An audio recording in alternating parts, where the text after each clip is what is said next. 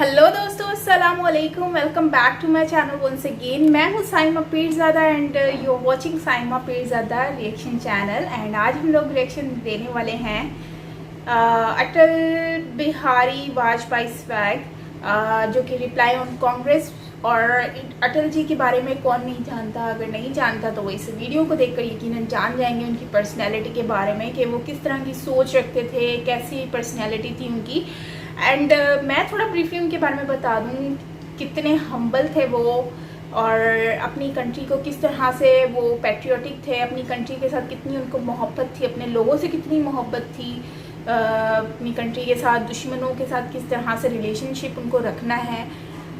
अगर कुछ सीखना है तो मतलब ये उनसे हम सीख सकते हैं, उनकी ज़िंदगी को देखकर, क्योंकि उनकी लाइफ इतनी कोई अमेजिंग थी और बहुत ज़बरदस्त इंसान थे, पर्सनैलिटी थी उनकी। और बेसिकली ये इंडिया के प्राइम मिनिस्टर भी थे और इनकी डेथ हो गई है अब तो। बट इन्होंने भारत और पाकिस्तान को एक बनाने मतलब उनसे रिलेशन बनाने में बहुत कोशिश की, लेकिन नहीं हुआ। नहीं, अनफॉर्चुनेटली नहीं बन पाया रिलेशन भारत और पाकिस्तान का। बट जो भी है, लेकिन इन्होंने अपनी तरफ से कोशिश की और बसेस चलाई, बहुत कुछ किया। लेकिन ये इसके अलावा भी उन्होंने बहुत सारा कुछ किया है भारत में, जिसको आज भी भारत के लोग अप्रिशिएट करते हैं। सो बाकी कुछ आप लोग इस वीडियो में देखेंगे। अगर मैं सब कुछ बता दूंगी तो फिर वीडियो देखने का क्या फ़ायदा गाइज। सो चलते हैं वीडियो की तरफ रिएक्ट कर लेते हैं। सो हियर वी गो।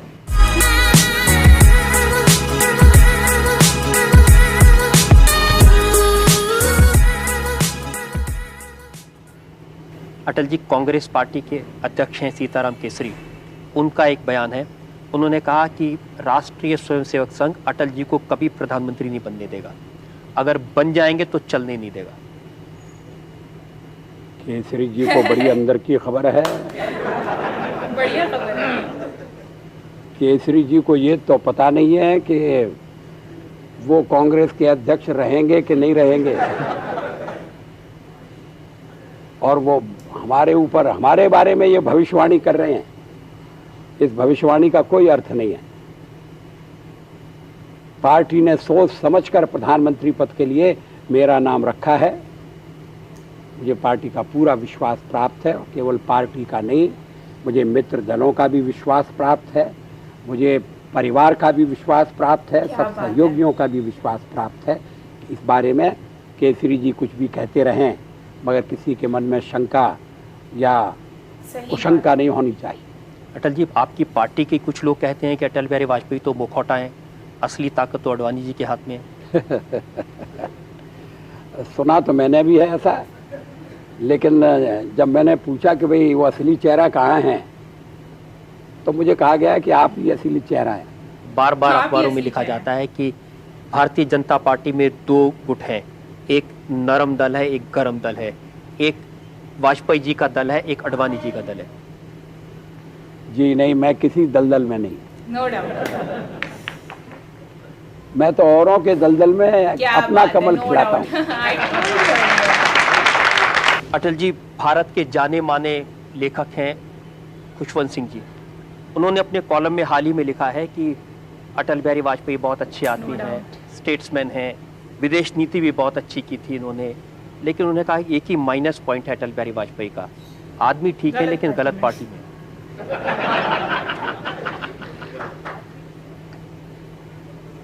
सरदार खुशवंत सिंह जी की मैं बड़ी इज्जत करता हूँ।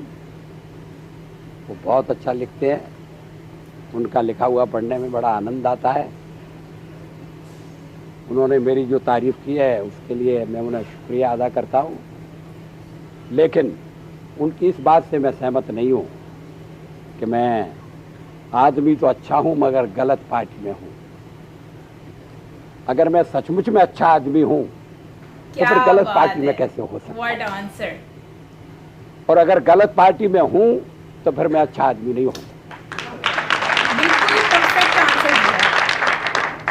अगर फल अच्छा है तो पेड़ खराब नहीं हो सकता। अटल जी, कांग्रेस का तो ये कहना है कि अब भारतीय जनता पार्टी ने अपनी विचारधारा छोड़ दी है और वो कांग्रेस के रास्ते पर चलने लगी है। अगर हमने अपनी विचारधारा छोड़ दी है तो उनको क्या तकलीफ हो रही है? हमने अपनी विचारधारा नहीं छोड़ी। सचमुच में विचारधारा का प्रश्न आया भी नहीं। जो हमारे साथ मिलने को तैयार थे वो तो हमारी विचारधारा के अनुसार चलने को तैयार थे। अगर वो इसी तरह से बेखबर रहे और यथार्थ का सामना करने के लिए तैयार नहीं हुए तो धीरे धीरे कांग्रेस की सारी पूंजी लुट जाएगी और वो खाली हाथ रह जाएंगे। अगर आप पावर में आएंगे तो कश्मीर की जो प्रॉब्लम है उसके बारे में आपको क्या कहना है? इसका आपने क्या उपाय सोचा है? कश्मीर के बारे में भारत की संसद सर्वसम्मति से ये प्रस्ताव पास कर चुकी है कि पूरा जम्मू कश्मीर भारत का अभिन्न अंग है। और जब हम पूरे जम्मू कश्मीर की बात कहते हैं तो उसमें कश्मीर का वो हिस्सा भी शामिल है जो आज पाकिस्तान के कब्जे में है, वो हिस्सा भी शामिल है जो पाकिस्तान ने चीन को दे दिया है। तो हम उस प्रस्ताव से बंधे हैं और हम उस प्रस्ताव पर अमल करने के लिए कार्रवाई करेंगे। क्या कार्रवाई करेंगे? जबरदस्ती वो हिस्सा पाकिस्तान से ले लेंगे अटल जी? अब सब बातें इस समय मत पूछिए, क्योंकि भारतीय जनता पार्टी ने तो अपने मैनिफेस्टो में न्यूक्लियर बॉम्ब की भी बात कही है। हमने कही है और सोच समझ कर कही है। हमारे पड़ोस में एटमी हथियार इकट्ठा हो रहे हैं। जो एटमी ताकतें हमें एटमी हथियार बनाने से रोकना चाहती हैं वो अपने एटमी हथियार पैने कर रही हैं, उनको तेज़ कर रही हैं, नए प्रयोगों में लगी हुई हैं और हमें वो उस विज्ञान से वंचित रखना चाहते हैं। इसे हम स्वीकार नहीं करेंगे, कोई स्वाभिमानी देश स्वीकार नहीं करेगा। आओ फिर से दिया जलाएं, आओ फिर से दिया जलाएं, भरी दोपहरी में अंधियारा, सूरज परछाई से हारा, अंतरतम का नेह निचोड़ें, बुझी हुई बाती सुलगाएं, आओ फिर से दिया जलाएं, आओ फिर से दिया जलाएं। हम पड़ाव को समझे मंजिल, हम पड़ाव को समझे मंजिल, लक्ष्य हुआ आँखों से ओझल, वर्तमान के मोह जाल में आने वाला कल न भुलाएं, आओ फिर से दिया जलाएं, आओ फिर से दिया जलाएं। अंतिम है आहुति बाकी, आहुति बाकी यज्ञ अधूरा, अपनों के विघ्नों ने घेरा, अंतिम जय का वज्र बनाने नव दधीची हड्डियां गलाएं, आओ फिर से दिया जलाएं, आओ फिर से दिया जलाएं।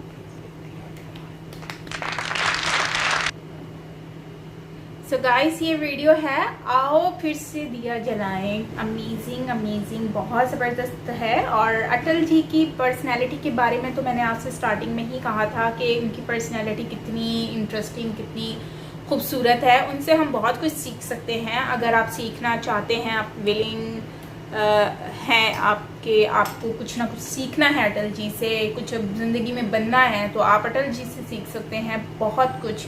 क्योंकि उनकी पर्सनैलिटी कोई आम पर्सनैलिटी नहीं है। इन्होंने जितने भी आंसर दिए हैं आप उससे आइडिया लगा लें कि ये कितने लॉजिकली थे और कितने हम्बल तरीके से थे और कितना ही अच्छे तरीके से इन्होंने आंसर किए हैं। एंड जैसे कि कश्मीर पे इन्होंने आंसर दिया और कश्मीर पे एक क्वेश्चन पे आंसर दिया तो उस पर इन्होंने कहा कि भारत का जो मतलब जो पाकिस्तान ने चाइना को हिस्सा दिया हुआ है, पाकिस्तान ने चाइना को कौन सा भारत का हिस्सा दिया हुआ है, मतलब मैं नहीं समझी।